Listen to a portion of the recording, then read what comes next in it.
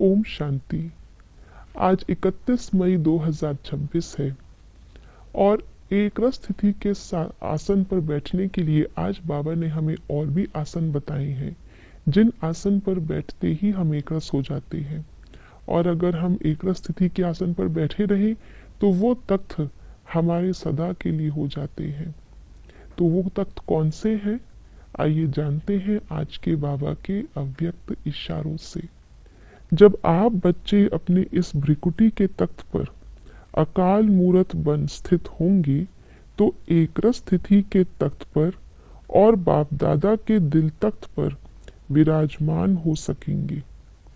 जब इस दैवी संगठन की मूरत में एक रस स्थिति का प्रत्यक्ष रूप में साक्षात्कार हो, तब बाप दादा की प्रत्यक्षता समीप आए। इसके लिए हरेक को बाप दादा के संस्कारों में समान बनना होगा। आज बाबा ने हमें एक रस स्थिति के तख्त पर बैठने के लिए अपनी आत्मिक स्थिति का तख्त, अकाल मूरत का तख्त, जो हमारा भ्रिकुटी तख्त है, जहां आत्मा बनकर के ही विराजमान हो सकते हैं, उस तख्त पर बैठने का अभ्यास करने का इशारा दिया है। जितना ज्यादा मैं अपने आप को आत्मा महसूस करती हूँ, अपने अनादि गुणों में रहती हूँ।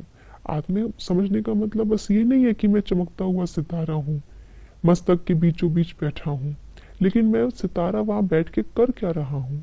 मैं सितारा हूँ कैसा? मैं ज्ञान रूप हूँ, मैं शांति स्वरूप हूँ, मैं प्रेम स्वरूप हूँ। जब हम अपने उन गुणों में स्थित होकर के अपने अकाल मूर्त स्थिति में होते हैं, तो हमारे गुणों के कारण से हमारी स्थिति एक रस हो जाती है।